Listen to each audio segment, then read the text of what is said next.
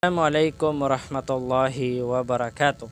Mga kapatid sa pananampalatayang Islam, alam po natin na tayo na naman ay napapaloob sa buwan ng December at bilang isang mananampalataya ay huwag natin gayahin ang mga hindi mga Muslim na kung saan ay sineselebrate nila ang buwan ng December.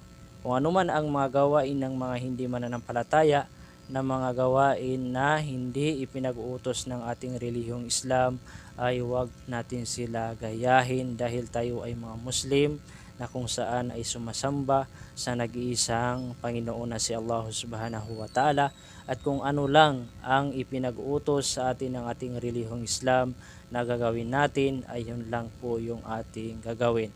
Totohanan ang sinumang tao na gumawa ng mga kamalian, kasalanan na ipinagbabawal ng Allah Subhanahu wa Ta'ala ay pagdating niya sa kabilang buhay ay ipapalasap sa kanya ni Allah Subhanahu wa Ta'ala ang parusa na napakatindi, mga kapatid sa Islam. Ang sabi ng Allah Subhanahu wa Ta'ala, A'udhu billahi minasyaitanir rajim, wa may yadlim minkum nuzikhu adabang kabira. Ayun sa pinakamalapit nitong kahulugan, sabi ng Allah, at sinuman sa inyo ang gumagawa ng kamalian, aming ipalalasap